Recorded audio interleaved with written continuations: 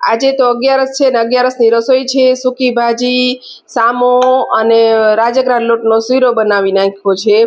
અને ભાઈ કે રોજ એક ને એક મેનુ, દર 11 એક ને એક વસ્તુ, પણ એમાં એવું છે કે બીજું શું હોય, ફરાળમાં શું હોય, તમે બધા કમેન્ટમાં કહેજો, ફરાળમાં બીજું બીજું નવું નવું બનાવવાનું ટ્રાય કરીશ।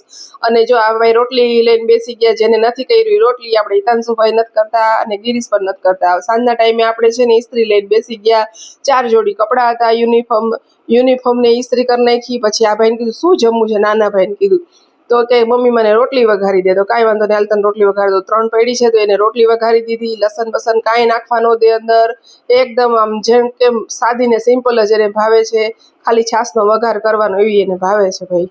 તો એવી એને જેવી ભાવતી હતી એવી એને બનાવી દીધી। અને સાબુદાણા આજ વખતે બહુ પહેલા જ નહીં, કોણ જાણે સાબુદાણામાં મિસ્ટેક થઈ ગઈ, 9 વાગી ગયા ત્યારે મેં વઘાર્યા છે। અને બટેકા બાફા નહોતા, કારણ કે બટેકા બાફીને રાખું, સાબુદાણા જો એવા ના પલળે તો ભાવે નહીં, એટલે પછી બટેકા સોતરી નાખ્યા એને, અને સાબુદાણાની ખીચડી વઘાર દીધી।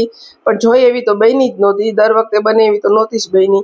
અને જો હવે સિંગદાણા શેકીને ભૂકો કરીને રાખ્યો હતો, પણ સાબુદાણા પહેલા નહોતા એટલે બહુ લેટ થઈ ગયું હતું।